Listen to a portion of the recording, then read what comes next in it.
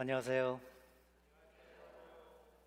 먼저 제가 이렇게 말씀을 전할 수 있게 또 자리를 마련해 주시고 우리 담임 목사님과 우리 여기 당회라고 여기 하죠. 네, 맞아. 우리 같은 PCA죠 이제. 네, 죄송합니다. 아, 먼저 우리 목사님 제가 처음 만나 뵀을 때 같은 PCA의 그 목사님이라서 북가주에서는 굉장히 외롭거든요. PCA 목사님들이 별로 없어서 너무 반가웠었고 그리고 그뿐만 아니라 인격적으로 인품점으로 너무 좋으시고 해서 요즘에도 이제 자주 그 이후로 만나서 커피도 마시고 식사도 하고 신앙에 대한 그리고 또 목회에 대한 인사이트도 같이 나누면서 많이 은혜 받고 있습니다. 근데 이렇게 또 자리를 마련해 주셔서 너무 감사드려요. 제가 부족하지만 그래도 하나님의 말씀을 전달할 수 있는 기회가 있을 때마다 이게 얼마나 큰 영광인지 그렇게 생각을 합니다. 그래서 제가 최선을 다해서 오늘 또 말씀을 전하고 그리고 여러분들이 또 더욱더 이 말씀을 통해서 하나님을 사랑하고 하나님에게 초점을 맞출 수 있기를 바라면서 오늘 말씀을 한번 전해보겠습니다. 오늘 말씀의 제목을 가정을 통한 하나님의 영광, 가정을 통한 하나님의 영광이라고 그렇게 한번 붙여봤습니다.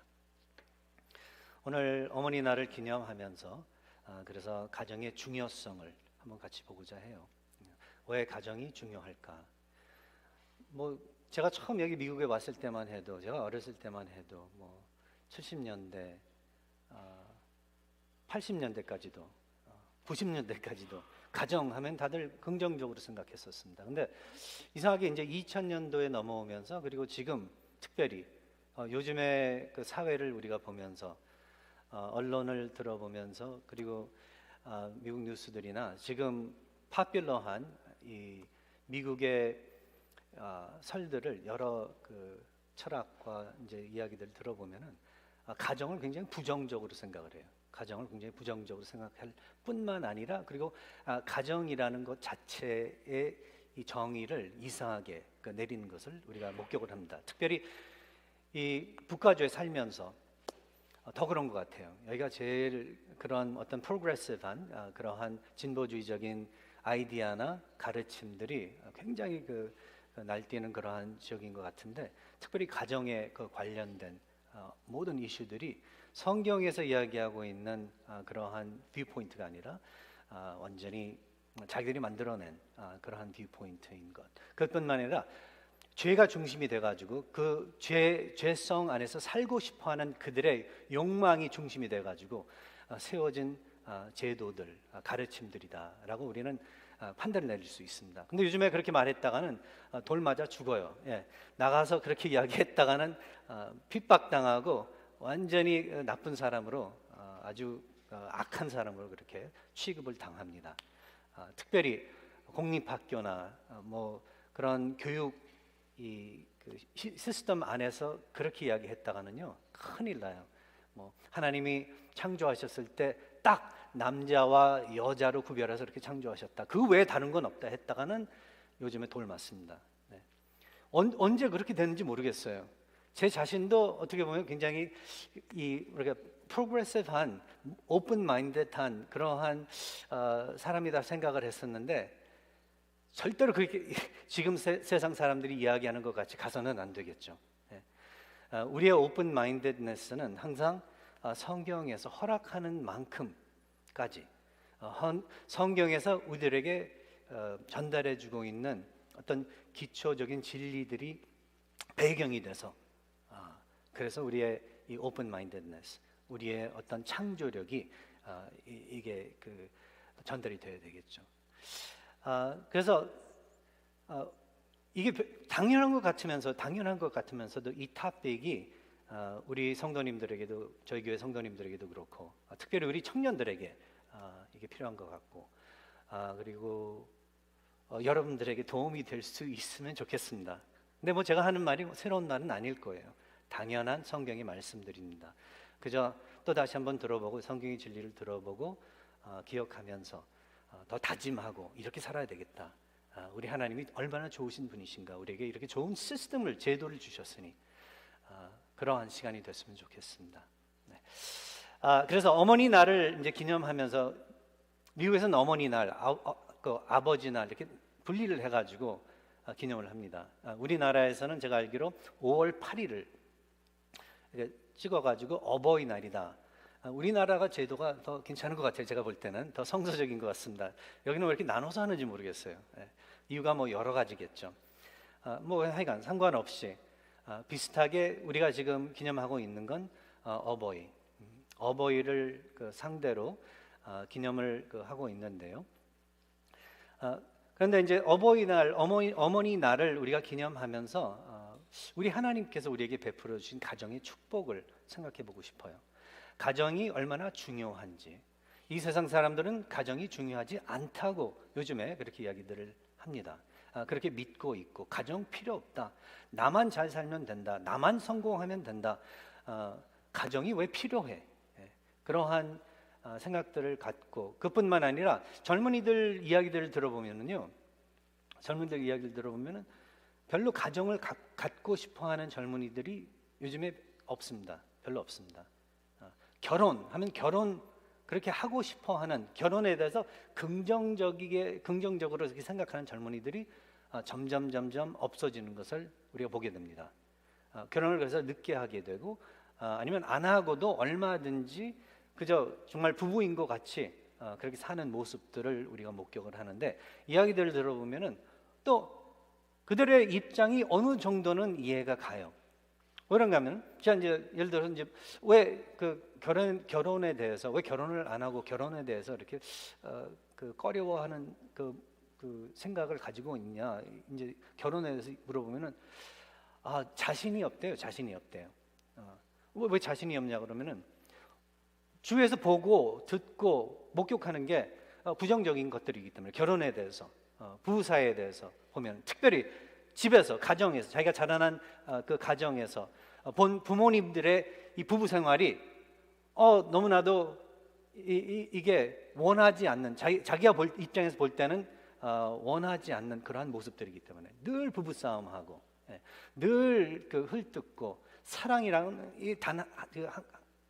한 것도 없고, 그저 그 만나면은 싸우고 왼수고 뭐, 그러니까 그게 두렵대요.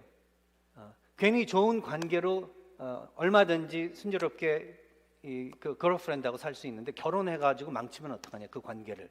그런 말들을 해요.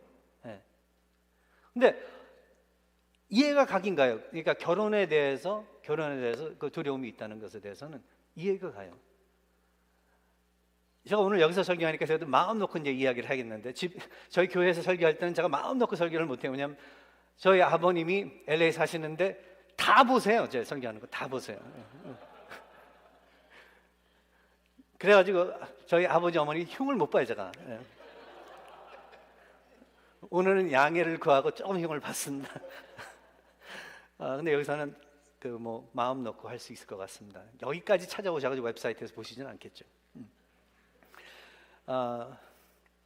근데 저도 사실 어렸을 때 비슷한 생각이었어요. 결혼하면은, marriage 하면은 별로 그렇게 긍정적으로 생각하지 않았었어요. 왜냐면 저희 아버님이 젠틀맨이면서도 저희 어머니도 비교적으로 레일이고, 두 분이서 상대적으로 볼 때, 비교적으로 볼 때 굉장히 건강한 결혼 관계를 가지고 있음에도 불구하고, 제가 기억나는 건 두 분이 싸우는 것밖에 기억이 안 나요. 부부 싸움 했던 것밖에 기억이 안 납니다. 그래서 어렸을 때 왜 제일 싫은 게 그거였었어요. 어머니하고 아버지가 싸우는 게 제일 싫었었어요, 제가 어렸을 때. 그러면서 그 언젠가는, 청소년 때는 결혼에 대해서 그렇게 반갑게 생각을 안 했었던 기억이 있어요. 기억이 있습니다. 예수 그리스도 믿고 난 다음에 건강한 결혼에 대한 이 생각을 갖게 됐죠. 그 전에는 긴가민가 했었어요. 정말 결혼을 하는 게 행복한 것인가, 그게 온전한 것인가, 그런 생각들을 가졌었다는 거죠. 그러니까 지금 청년들하고 제가 사역을 하면서 이제 애들한테 그냥 뭐든지 다 물어보라 하거든요, 제가. 그 무엇이든지 궁금한 것, 뭐 문제되는 것, 그들을 예수 그리스도께 가까이 하는데 이 거칠름,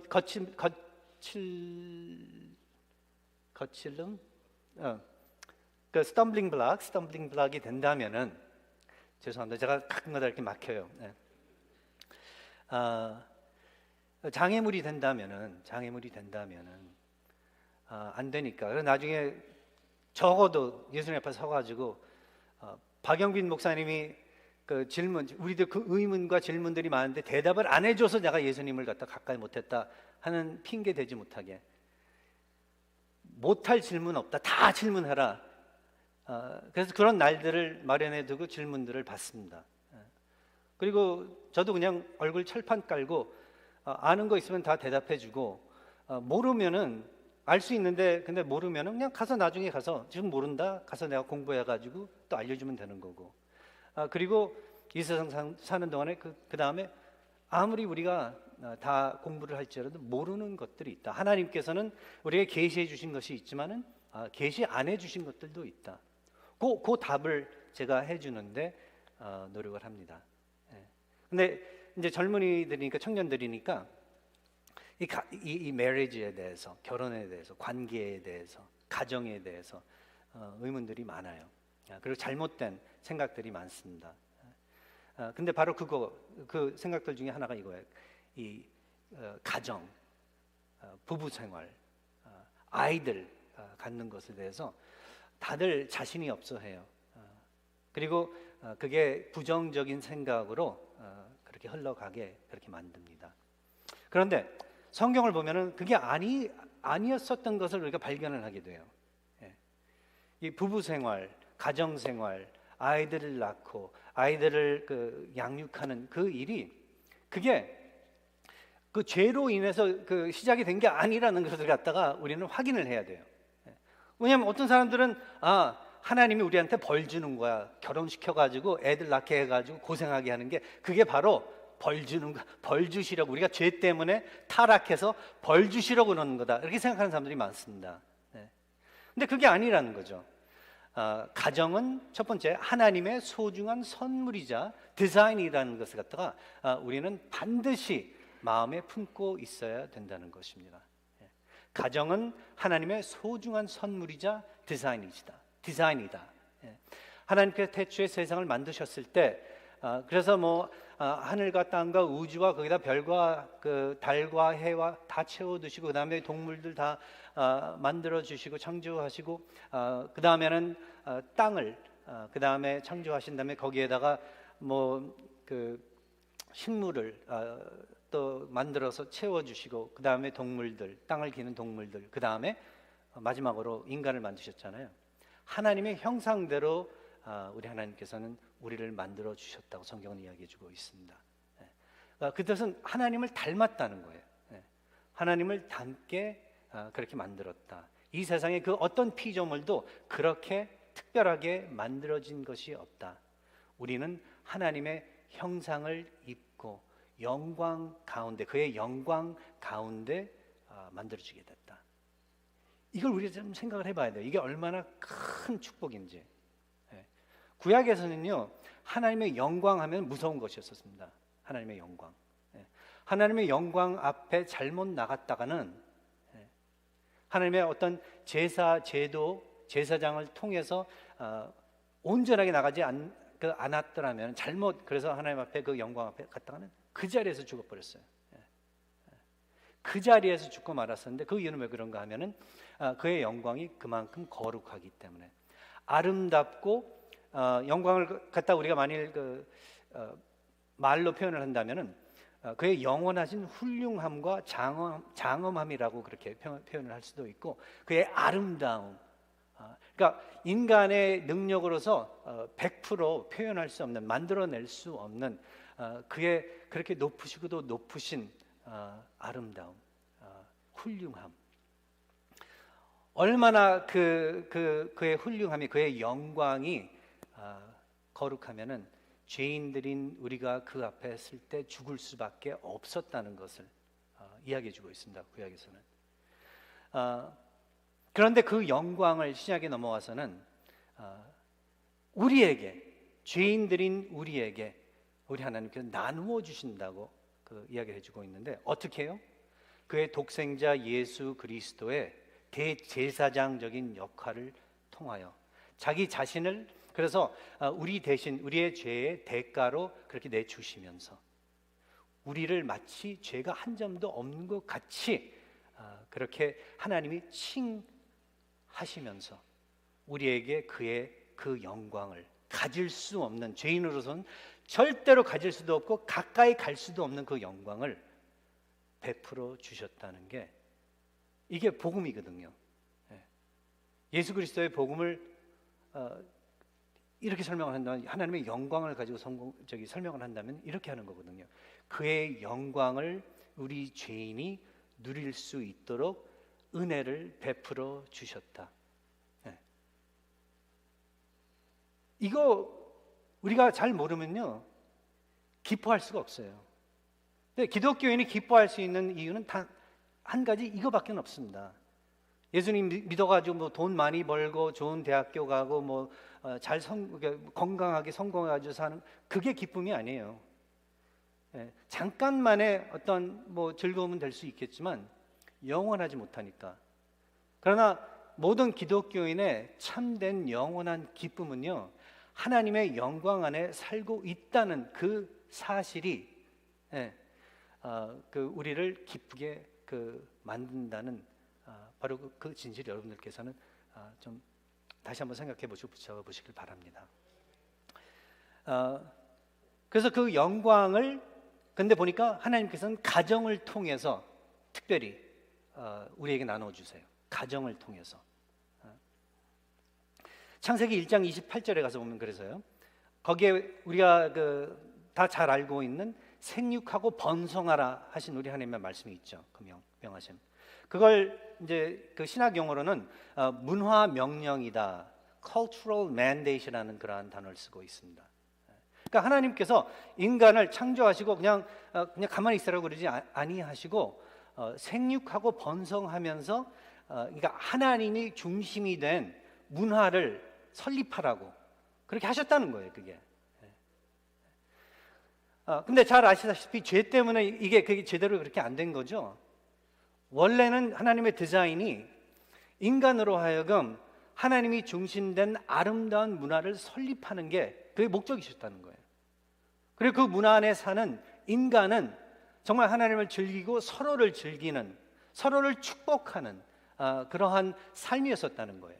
근데 죄 때문에 그게 다 망가진 거예요. 죄 때문에. 그래서 항상 우리가, 이게 도움이 되는 것 같아요. 저도 항상 생각을 해보는데, 이 세상에서 지금 살고 있으면서, 지금 현재 살고 있으면서 좀 의문 가는 것들이 있으면은, 뭐 결혼에 대해서, 가정에 대해서, 뭐에 대해서, 성별에 대해서. 요즘에 성별도 얼마나 많은지 몰라요. 딱 2개라고 그랬는데, 여러분 실질적으로 몇 개인지 아시는 분?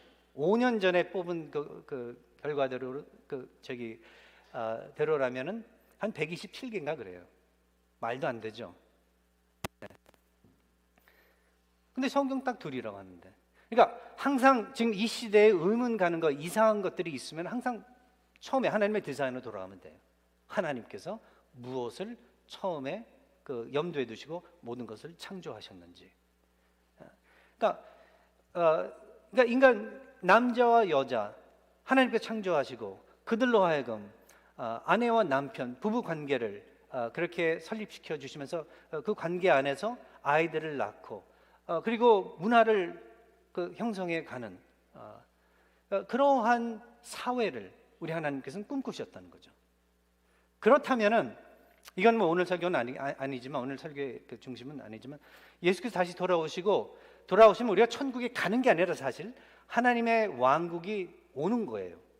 그래서 새 하늘과 새 땅이, 그러니까 지금 있는 우리가 아는 모든 것들은 없어져 버리고 여기에 하나님의 그 새 하늘과 새 땅, 온 우주, 이 창조가 하나님께서 원래 뜻하셨던 대로 이루어지는 거거든요.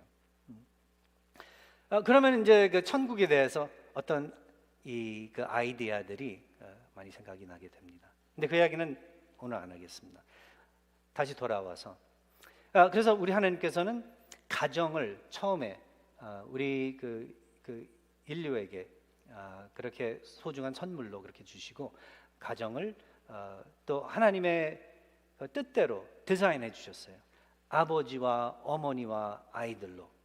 그리고 그 스트럭처 안에서 그 다음 세대가 또 나타나게 되고 그 다음 세대가 또 이루어지게 되고 또 이루어지게 되고 그렇게 하면서 이 지구를 생육하고 번성하는 그러한 모습을 그리고 그 하나님께서 모든 것을 갖다가 어떻게 보면은 지배하시듯이 그의 이 부하로서 어떻게 보면은 지배하는 그 다른 피조물들을 지배하는 선하게 지배하는 그러한 존재들로 만들어 주셨다는 거예요.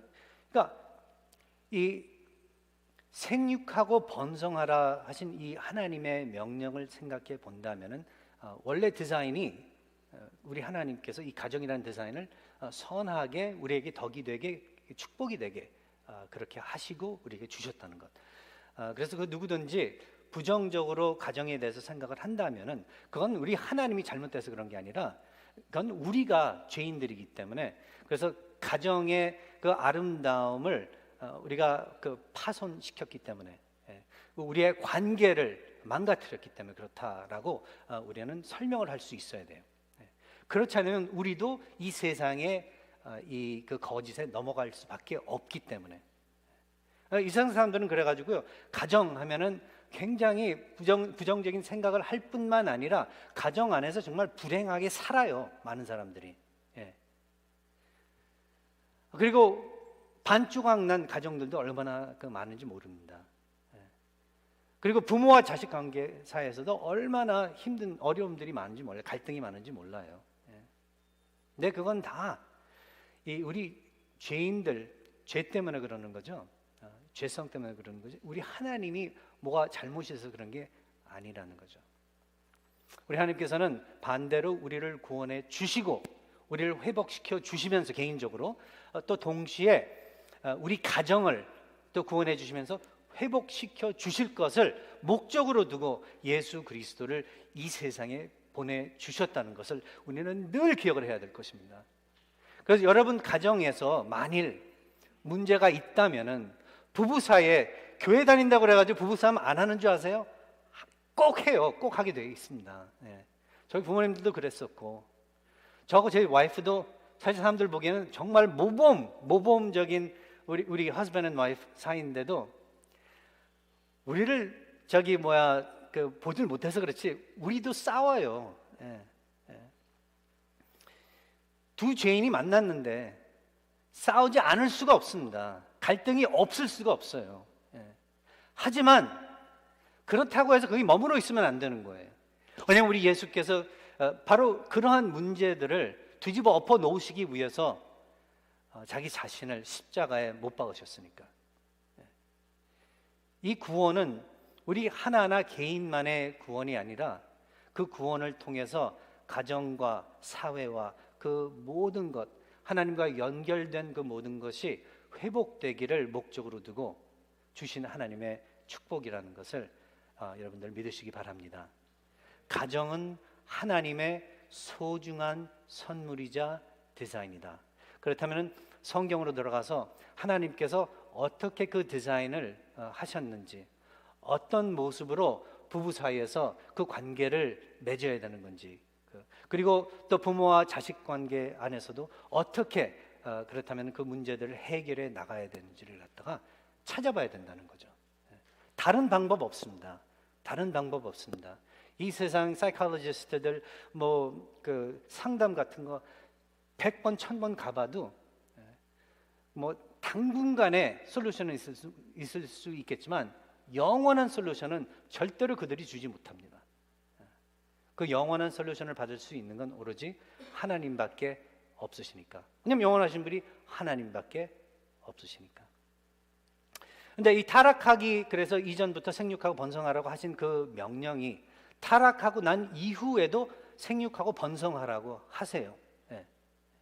이게 놀라운 거예요.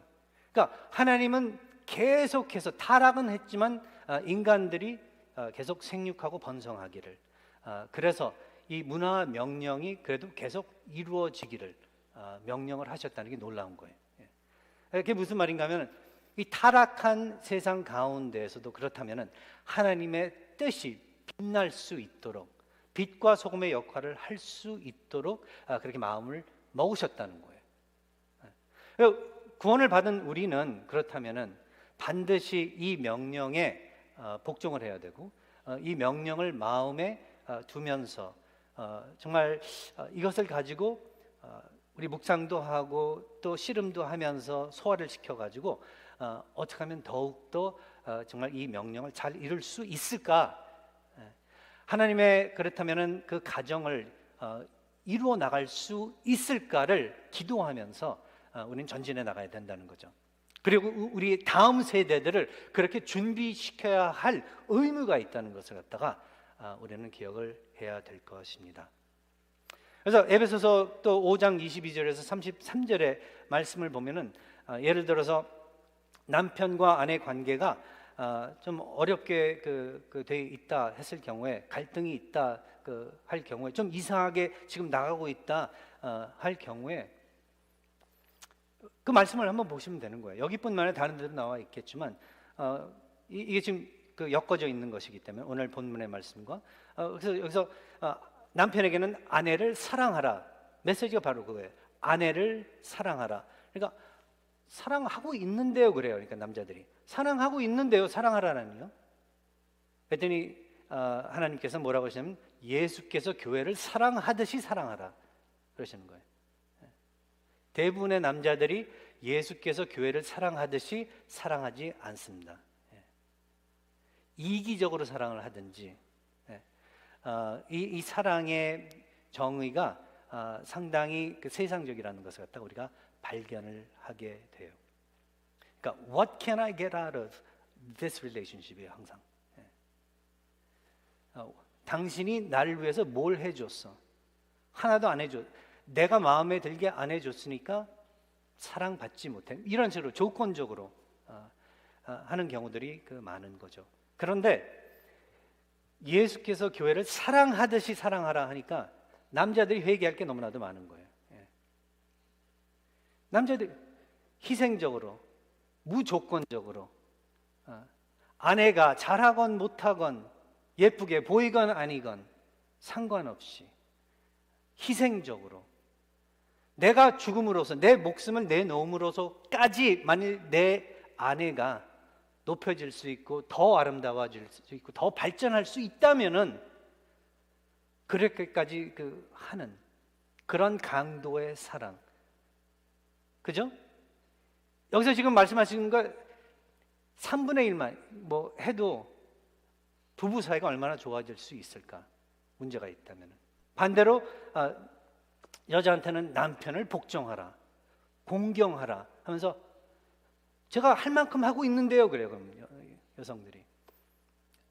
근데 또 여기 하나님께서는 교회가 예수께 하듯이, 교회가 예수께 하듯이 복종하고 공경하라. 제일 힘든 게 이건 줄 아세요? 제가 젊은이들, 특별히 여학생들한테 주님의 복음에 대해서 전달할 때 복종에 대해서 이야기를 하면은 다 싫어해요. 남자를 복종하라니요? 항상 그래요. Pastor Thomas, I cannot do that. I cannot obey my husband. You don't know my husband. 예. 목사님은 우리 남편 몰라서 그런다고. 근데 그게 아니라고. 복종을 해야 되는 그 이유는 다른 게 아니라 교회가 예수님 아래 100% 완전히 고개 숙인 것 같이 그렇게 하라 하시는 하나님의 말씀이 있기 때문에 그런 것이다. 그리고 그것도 또 조건적으로 그러지 말고 예수님의 이 구원의 은혜를 만일 체험하고 있다면은, 감사하고 있다면은, 구원받은 사람이라면은, 구원 안 받았으면은요, 제가 이거 하라고 하지 않을 거예요. 근데 만일 구원을 받은 사람이라면은, 여성이라면은 그렇게 해보라는 거예요. 그렇게 해보라는 거예요. 그러면요, 남편이 변합니다.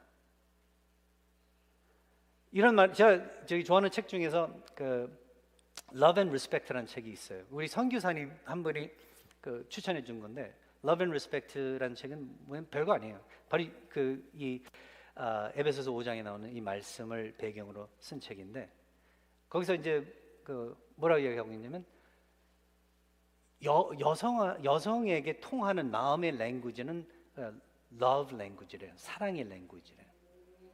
남자가 그렇게 예수께서 교회를 사랑하듯이 그렇게 사랑하면요 변하지 않는 여자가 없대요. 마찬가지로 남자의 랭귀지는 love language보다는 respect의 랭귀지래요. 존중함. 남성 좀 저기 존중해주고 respect 해주잖아요. 그럼 산을 움직일 수 있대요. 그래서 마음 안 변하는 남자가 없다고 그런 얘기를 합니다. 그러니까 우리는 매번 하나님의 말씀을 순종해야 되는 바로 크로스로드에 와서 이걸 하면 내가 정말 이걸 이렇게 순종을 함으로써 내가 정말 얻을 수 있는 이게 있을까? 이익이 있을까? 유익할까? 생각을 한다는 거죠. 근데 우리 하나님께서는 그렇게 계산하지 말고 처음부터 먼저 한번 따라 보라고 늘 그렇게 우리를 불러주세요. 그래서 남자와 여자, 아내와 남편 관계가 그렇게 회복되는 그러한 모습을 우리 하나님께서 원하시는 거죠. 부모와 자녀 관계도 마찬가지고 부모는 자녀를 향하여 노엽게 하지 말고 그들을 하나님의 말씀으로서 그리고 하나님의 주신 선하심으로서 모범이 돼서 그들을 양육하라고. 우리 근데 그러지 않습니다. 부모로서. 저도 뭐 아이들이 셋이나 있는데 뒤돌아보면은 잘한 적도 있지만 대개는 실수한 것들이 많은데 보면은 내 이 어떤 프라이드나 내 이고 내가 이 욱하는 걸 참지 못해 가지고 내뱉은 말들, 행동들 이러한 것들이 후회돼요. 그래도 애들이 잘 된 거는 하나님의 은혜예요. 근데 이게 그렇습니다. 하나님의 은혜가 우리를 감싸주고 보호해 주지만 또 그 안엔 우리 하나님께서 하라고 하시는 헌신들과 일들이 있다는 것을 기억하시면 돼요.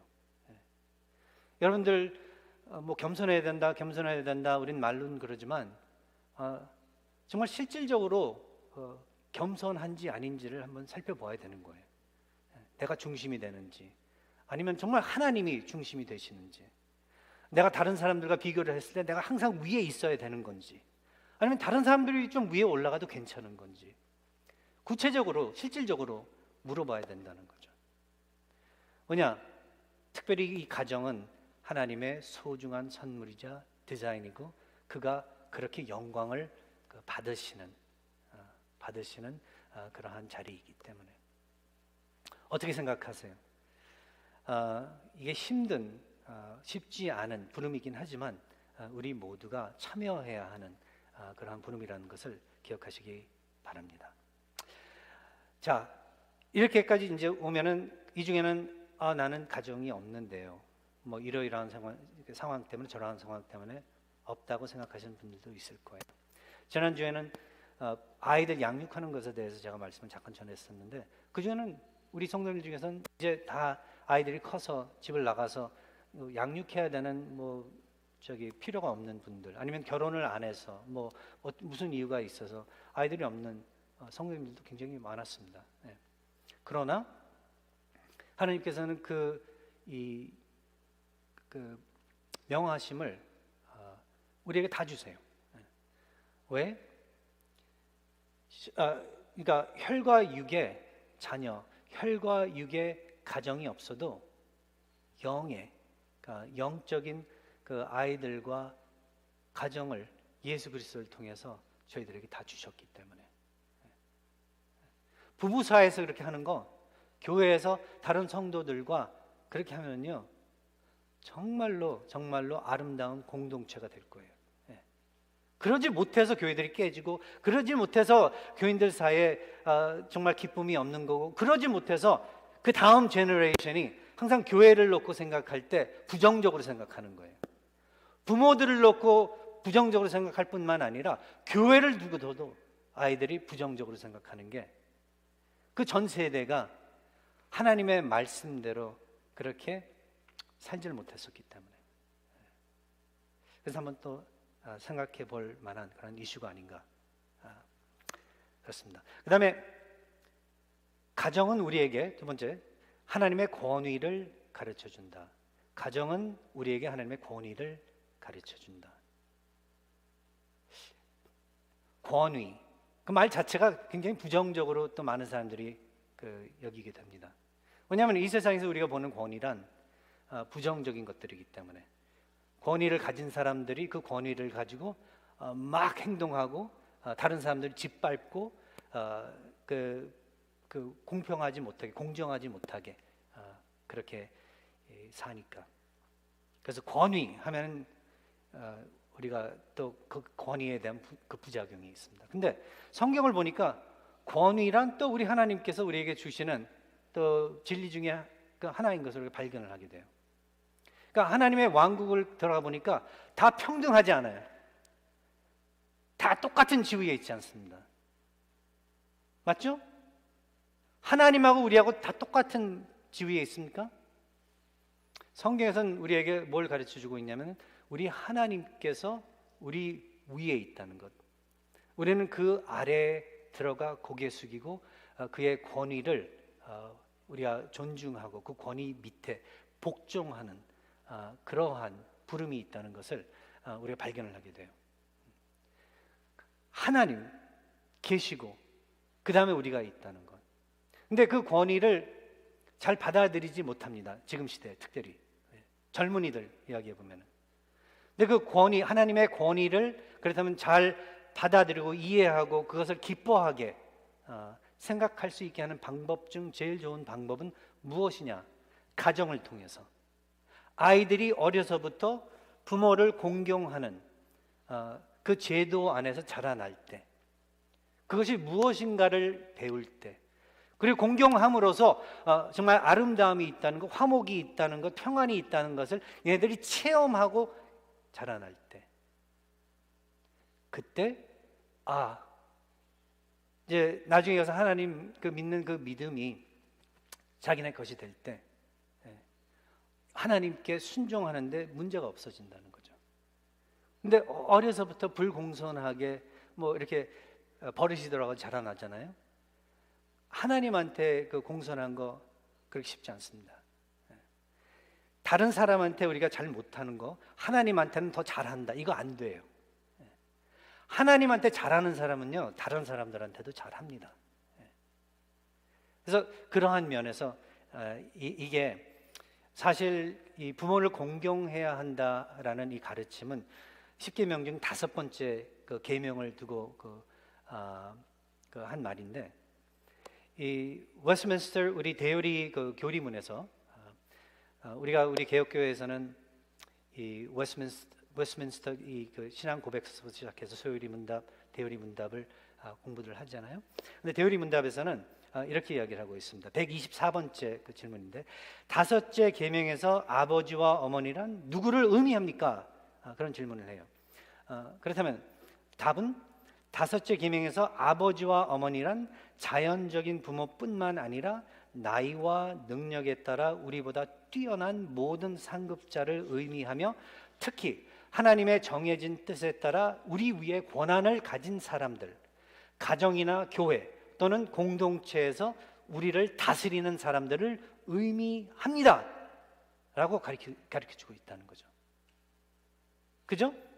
그러니까 가정을 통해서 그렇다면은 하나님뿐만 아니라 사회 안에서도 우리가 지켜야 되는 질서, 그 질서를 잘 따르고 하나님에게 정말 영광 돌리게 그렇게 순종을 하면서 그렇게 살아가는 그 빛과 소금의 이 천국 시민권자들이라는 것을 갖다가 알려주고 있는 거예요. 그래서 5번째 계명, 그리고 오늘 저희가 같이 보신 이 말씀의 궁극적인 그 목적, 궁극적으로는 우리 위에 하나님이 계시다는 것, 그 하나님이 모든 것을 주관하시고 그 하나님께서 이러라고 명령하시면 그래야만 되는 거고, 우리 믿는 사람들은 그 하나님의 명령에 99%도 아니고 100% 전적으로 순종하고 따르는 그러한 사람들이 되어야 된다는 것을, 사람들이라는 것을 갖다가 알려주고 있다는 것입니다. 그렇게 됐을 때, 그렇다면은 그 하나님의 위대하심과 좋으심이 제대로 지금 현재 이 그 사회와 우리 그 세대에게만 축복이 되는 것이 아니라 그 다음 세대에게도 그 축복이 되는, 하나님의 그 선하심이 그래서 전달되는 그런 역사가 일어난다는 것을, 세 번째 마지막 포인트, 가정은 후대에게 믿음을 물려주는 중요한 공간이다 라는 데서 우리가 확인할 수 있습니다. 가정을 통해서 아이들이 어려서부터 사람이 기초적인 것들을 배우기 때문에 그래요. 그래서 가정 교육이 중요하다고 어렸을 때 부모님들이 늘 그러셨는데, 제가 이제 어른이 돼서 아이들을 키우고 이렇게 서 있는 그 입장에 보니까 그 말씀이 맞는 것 같아요. 가정 교육이 중요하다. 어려서부터 아이들이 기초를 배우기 때문에. 근데 믿음의 기초도 믿음의 가정에서 아이들이 자라나면은 배우게 돼요. 대부분의 간증들을 할 때, 저도 마찬가지였었고, 간증들을 할 때 어떻게 간증들을 하냐면, 내가 어렸을 때부터 교회에서, 그러니까 교회 다니는 믿음의 가정에서 태어나서 자라났었고, 그랬지만 나는 개인적으로 하나님을 몰랐었습니다. 그런데 어느 날 뭐 어디를 갔다가 뭐 어느 날 친구를 통해서, 저 같은 경우는 대학교 4학년 때 생일 파티에 갔다가 거기에서 예수님을 만났어요. 거기 뭐 친구들 만나러, 여학생들 만나러 갔었는데 반대로 예수님 믿고 왔어요. 근데 저도 어렸을 때부터 그 믿음의 신앙의 가정에서 자라났었거든요. 근데 이제 그렇게 간증을 하면요, 오해를 주게 되겠더라고요. 보니까 저도 생각을 해보니까 마치, 그렇다면은 믿음의 가정에서 자라난 그 사실이 아무 나에게 좋은 영향을 안 끼친 것 같이 그렇게 메시지를 주는 것 같더라고요. 근데 그거 아니에요. 제가 생일 파티에 갔다가 예수님을 영접한 그날만 하나님께서 역사하신 게 아니라 그 전서부터, 어머니 배에 있을 때부터, 그 가정이 태어나서부터 계속 우리 하나님이 역사하셨다는 거예요. 믿음의 가정에서 태어났으니까 그래도 기초는 알고 있었던 거예요. 이게 얼마나 중요한지 모르겠습니다. 부모님들, 처음으로 이제 결혼하는 부부들, 예수님 안 믿고 있다가 또 그러한 면에서 자녀들을 위해서라도 예수님 안에 있는 게 얼마나 필요한 건지를 갖다가 또 이야기해주고 있는 거죠. 근데 뭐 믿음이라는 게 내 마음대로 뭐 들락날락하는 거 아니잖아요. 성경을 보면은 어떤 우리 행위나 선행으로 이루어지는 게 아니다. 그러하기 때문에 그 누구도 자랑할 것 없다. 그죠?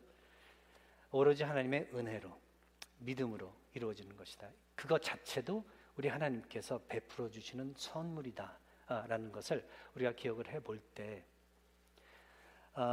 저는 이렇게 생각을 해요. 우리 아이들도 막 억지로 안 되는데 그 화까지 내가면서 너 예수님 믿어야 돼 막 그런 경우들 많거든요. 부모님들이. 그렇게 되지 않는다는 것. 근데 어떻게 되냐?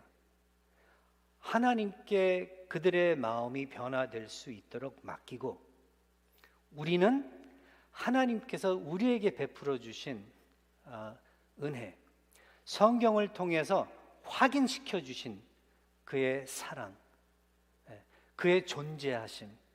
전 요즘에 우리 믿지 않는 친구들 지금 같이 모아서 성경 공부하면서 시작을 뭐에서부터 시작을 하냐면 예수님의 부활, 그 부활의 역사적 그 실질성을 갖다가 다루면서 부활을 이야기하면서 안 믿는 사람한테 예수님을 소개를 해요. 근데 그거 같이 효과 있는 게 없는 걸 갖다 발견을 하게 됩니다. 그러니까 우리는 자녀들 향해서도 그렇고 내 주위에 있는 사람들 향해서도 그렇고 믿지 않는 가족 멤버들을 향해서도 그렇고 예수님에 대해서 얼마나 나에게 의미가 돼 주시고 좋으신 분이신지를 내용적으로도 그렇지만 또 실질적으로 내 삶을 통해서 보여줄 때, 그때 그들의 마음들이 이렇게 움직이는 것을 갖다가 성령께서 그렇게 우리를 사용하시는 것을 갖다가 발견하게 됩니다. 가정은 후대에게 믿음을 물려줄 수 있는 그러한 중요한 공간이다. 여러분 또 한번 마음에 새겨 보시고 생각해 보시기 바랍니다. 그래서 결론은 우리 하나님께서 좋으신 분이시라는 거예요. 그리고 우리를 위하신 하나님이시다. 기운 내시기 바라요, 여러분. 하나님이 여러분들을 위해서 지금 움직이신다는 것에 대해서 여러분들께서는 자신감 가지시기 바라요. 삶에 어떤 어려움이 지금 있건 어떤 고민을 하고 계시건, 저도 오늘 이 아침에 오면서 마음이 굉장히 좀 뭐라 해야 되나, 좀 슬픈 상태에서 왔는데 별거 아니에요, 별거. 여러분들이 들으면 웃을 거예요. 그 이유는 어저께 저희 17년 동안 키웠던 강아지를 안락사 시켰어야만 됐었거든요. 그래서 저희 딸과 아내와 가서 이제 그랬는데 참 생각보다 더 마음을 아프게 하는 일이들이었던 것 같습니다. 오늘도 아침에도 계속 생각 안 하려고 첫 번째 설교 때도 그렇고 지금도 노력을 하고 있습니다. 근데 얼마나 사람의 감정을 흔드는지 모르겠어요. 근데 그것마저도 우리 예수께 맡기고 예수께서 회복시켜 주신다면은 거기서 우리가 소망을 찾는 것 같습니다. 하물며 애완동물이 하나가 그렇게 가게 돼도 우리가 흔들리는데, 우리 사랑하는 사람들, 우리 가족 식구 멤버들 예수님 안 믿고 이 세상을 간다면은 그것보다 더 비극이 어디 있겠습니까? 여러분 정말 하나님을 신뢰하시면서 기도하시면서 그렇게 빛과 소금의 역할, 예수님을 소개하시는 그러한 교회, 우리 목회, 우리 아름다운 공동체가 되시기를 바라는 바입니다. 기도하겠습니다. 하나님 아버지, 저희들에게 베풀어 주시는 은혜가 너무나도 크지만 범위도 얼마나 넓은 범위를 가지고 그렇게 축복을 해주시지만 저희가 그것을 모르고 살 때가 많은 것을 고백하옵나이다. 불쌍히 여겨주시고 계속해서 저희들의 눈을 뜨게 해주시고 마음의 문을 열게 해주셔서 아버지를 전적으로 복종하고 아버지를 신뢰하면서 이 세상의 모든 문제를 풀어가는, 그리고 죄를 대적하는 그러한 우리 모두 교회가 될 수 있도록 축복해 주시옵소서. 예수 그리스도의 이름으로 기도하옵나이다. 아멘. 찬송가 부르면 될까요? 우리 다 함께 기립하셔서 우리 한번 찬송가 35장 같이 부르시기로 하겠습니다.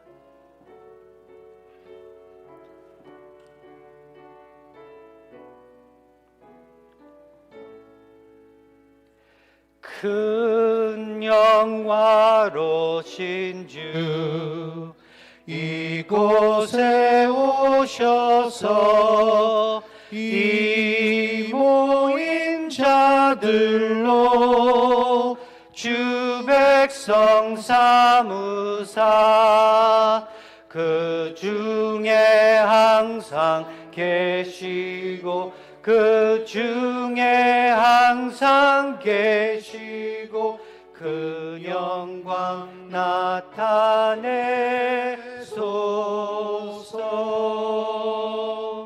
이 백성 기도와 또 예물 드림이 향내와 같으니 곧 받으옵소서. 주 예수 크신 복음을, 주 예수 크신 복음을 만 백성 듣게 하소서.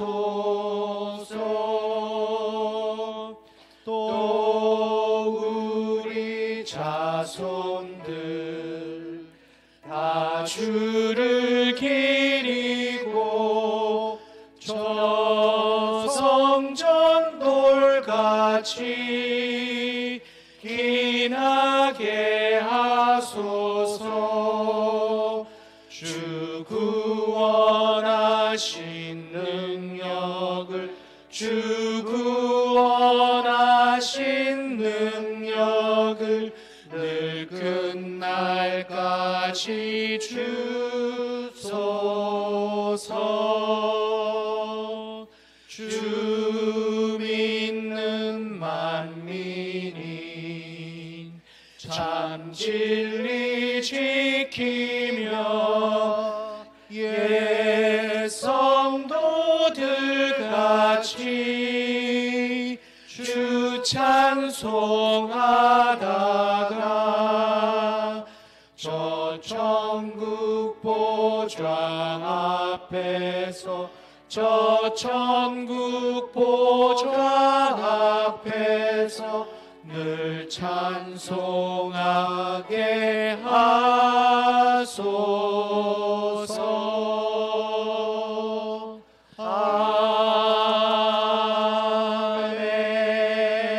아멘.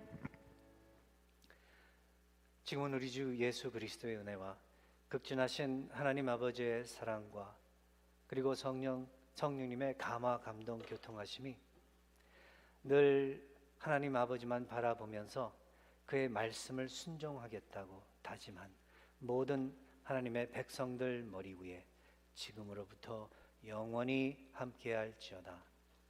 아멘.